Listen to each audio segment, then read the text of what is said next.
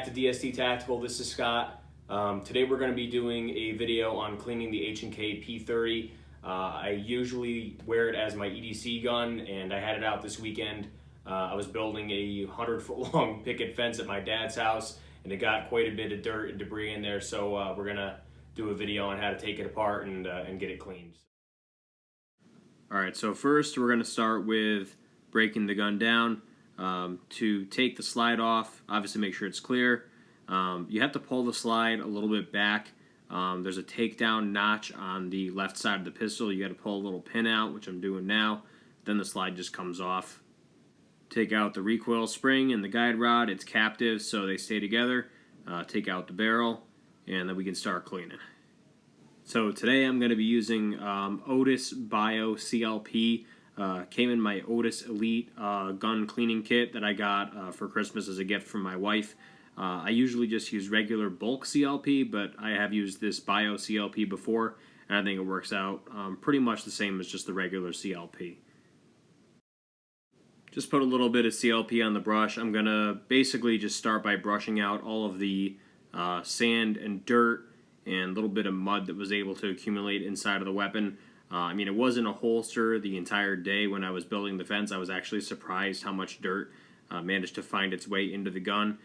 Since I'm using it as an EDC piece, I just want to make sure it's completely immaculate. I don't ever want to have any kind of failures or malfunctions, of course. So just going to give a quick little scrub to the barrel. Not a lot of debris here, but just want to put a little bit extra oil on there, so if there is any carbon or anything from a previous cleaning, maybe it'll break down a little bit more.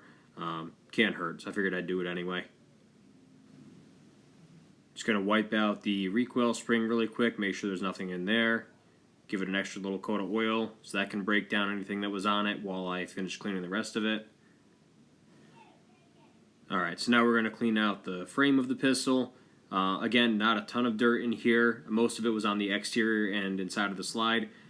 When I did the initial function check, when I first broke the pistol down, I did feel a little bit of grit in the trigger assembly, so I'm going to make sure I hit that a couple of times and blow that out and make sure there's definitely no dirt or debris inside the trigger mechanism.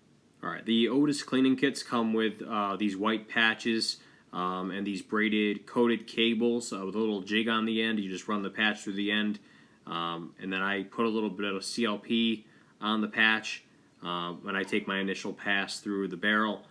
Just so that I can start to break down anything that's inside of the barrel while I go and clean the rest of the pistol. Okay, so after I've let the CLP cure for a while inside the barrel, I run these bore brushes through a couple of times just to loosen everything up and hopefully extract any debris that was left in there. I'm one of those people where every time I shoot my guns, I have basically an impulse to take them apart and clean them completely. I know everyone doesn't think that they have to do that, but it's just something that I think is good practice. That carbon buildup you see on the patch there is just from the CLP breaking down whatever was inside the barrel. I haven't shot the gun since I cleaned it last, and I'm still getting all of this carbon after the CLP is breaking down whatever was left in there. And then after I've repeated that process a few times, I take a completely clean and dry patch and run it through the barrel again. Just to make sure that there's not any carbon left in there. If I get a small amount of carbon, and I'm talking a very small amount of carbon, I may deem it acceptable, but I really try to clean it until the patch comes out completely white with nothing on it.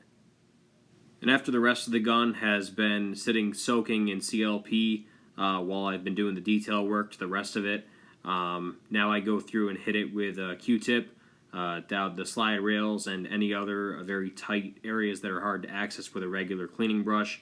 You can actually see on that Q-tip there's some brown mud that was inside of the slide rails that I'm pretty happy I was able to get out.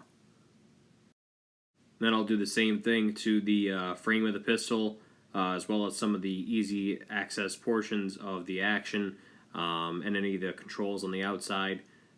You can get some small amounts of the cotton off the Q-tip stuck if you're not careful, so just make sure before you reassemble the pistol that you don't leave any pieces of cotton inside of it. Now we're going to pop apart the magazine just to inspect it and make sure there's not any dirt or debris inside of the magazine. Typically don't take them apart to clean them, but because of the situation I was in and it being full of dirt, just want to make sure there's nothing obstructing the movement of the spring or the follower inside of the magazine.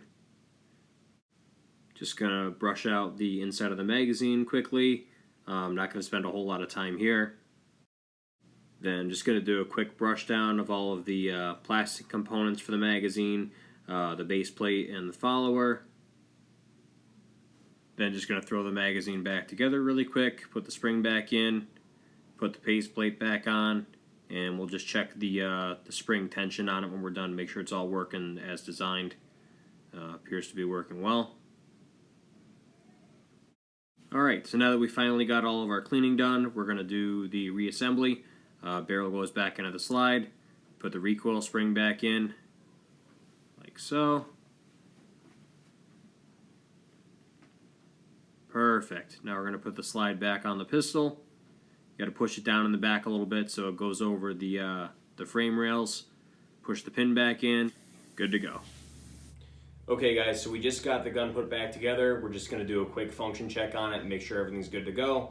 Again, double action, single action gun with the safety, so we're going to make sure the double action and single action pulls are both working correctly, make sure the safety is operating correctly, and make sure it locks back with an empty magazine in it.